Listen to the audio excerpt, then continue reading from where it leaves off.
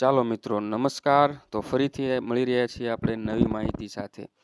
એમ તો આપ સૌ જાણો જ છો, છતાં પણ મિત્રો આજે આ મુદ્દા પર થોડું ડિસ્કસ કરી લઈએ કે ગૌણ સેવા પસંદગી મંડળ દ્વારા સૌ પ્રથમ વખત બહાર પાડવામાં આવશે કેલેન્ડર.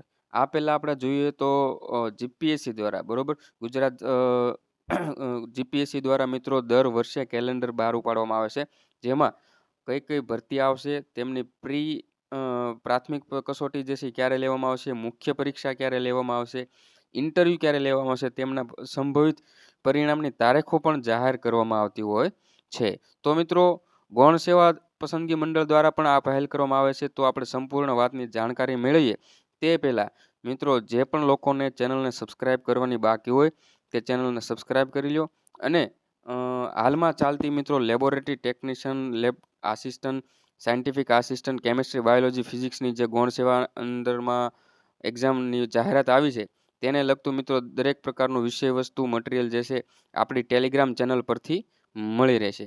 એ સિવાય મિત્રો ગણિત અને રિઝનિંગના બધા જ લેક્ચર જે છે તે મુકાઈ ચૂક્યા છે, બંધારણના પણ બધા જ લેક્ચર મુકાઈ ચૂક્યા છે. તો એના માટે પણ એકવાર ચેનલની વિઝિટ કરી લેજો. તો મિત્રો હાલમાં જોઈએ તો આપણે સૌ કોઈ લેબોરેટરી ટેકનિશિયનની જે ભરતી છે એની એક્ઝામની ડેટની રાહ છે, બરોબર, ને અત્યાર સુધી કોઈ જે છે ન્યૂઝ મળ્યા નથી એક્ઝામ રિલેટેડ.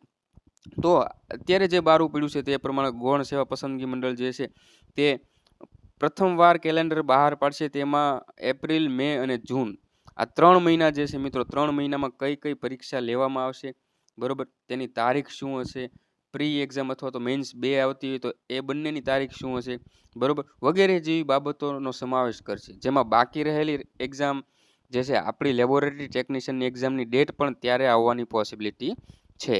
એટલે એક રીતે જોઈએ તો 1 એપ્રિલે બહાર પાડશે મિત્રો કેલેન્ડર. ગૌણ સેવા પસંદગી મંડળ GSSSB દ્વારા 1 એપ્રિલે મિત્રો કેલેન્ડર બહાર પાડવામાં આવશે.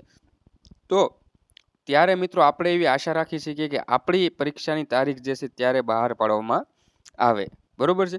અને જો ત્યારે બહાર પાડવામાં આવે તો આપણો એવો અંદાજ છે કે એપ્રિલ એન્ડ અથવા તો મે સ્ટાર્ટની અંદર આપણી તારીખ આપણને મળી જાય, બરોબર.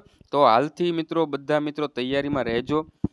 વિધિન 1 મહિનાની આજુબાજુ આપણે ટાર્ગેટ રાખીને ચાલીએ તો આપણી પરીક્ષા આવી જશે મિત્રો. સિલેબસ કવર કરી લેજો. જેટલા પણ મિત્રો જે છે રિવિઝન બાકી હોય તે રિવિઝન કરી લેજો, બરોબર. અને પોતાનું સ્માર્ટ વર્ક સાથે સાથે દેખાડે. તો બુક્સ પણ બધી અવેલેબલ થઈ ચૂકી છે. દરેક જે આગળના 90 માર્ક્સનો પાર્ટ એ અને પાર્ટ બીનું જે બંધારણ એ બધું છે તેની PDF મિત્રો ટેલિગ્રામમાં મુકાઈ ચૂકી છે. સ્પેસિફિક ટેકનિકલ સબ્જેક્ટ જે છે તેનું જે છે મિત્રો વાત કરીએ તો તેની પણ દરેકે દરેક સબ્જેક્ટની બુક જે છે અવેલેબલ થઈ ચૂકી છે.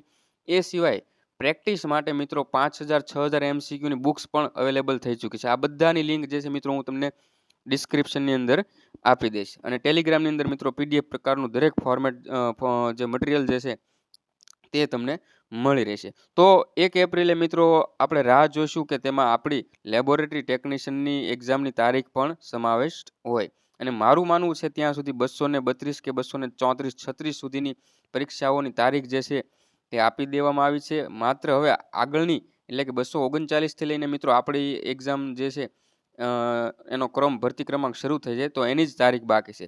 તે પણ જલ્દી આવી જાય અને મિત્રો જલ્દી આપણી એક્ઝામ આવે. ઘણા સમયથી મિત્રો 6-7 મહિનાથી આતુરતાથી આપણે રાહ જોઈ રહ્યા છીએ. તો મારું માનવું છે ત્યાં સુધી જલ્દી જ આપણી આતુરતાનો અંત આવશે. તો આપ સૌ તૈયારીમાં રહ્યો મિત્રો. રિવિઝન બેચ જે છે ઓલરેડી સ્ટાર્ટ થઈ ચૂકી છે. એમાં ગણિત જે છે આખું પૂર્ણ થઈ ચૂક્યું છે. બધા જ લોકો સાથે રહેજો મિત્રો. ઘણા બધા વિદ્યાર્થી મિત્રો છે જે રેગ્યુલર રિવિઝન લેક્ચર ભરે છે. એ સિવાય હવે મિત્રો રિઝનિંગ અને બંધારણના લેક્ચર પણ આપણે સ્ટાર્ટ કરીશું. બંધારણનો ઓલરેડી એક લેક્ચર મુકાઈ ચૂક્યો છે. આગળના દિવસોમાં આપણે આ બંને સબ્જેક્ટ પણ પૂરા કરી લઈશું. કરંટ જે છે કરંટ માટેની લિંક પણ મિત્રો ટેલિગ્રામની અંદર મૂકવામાં આવી છે, બરોબર, ત્યાંથી એકવાર જોઈ લેજો. તો વધારે કાંઈ ના કહેતા મિત્રો આજ માટે આટલું જ. જય હિન્દ, જય ભારત.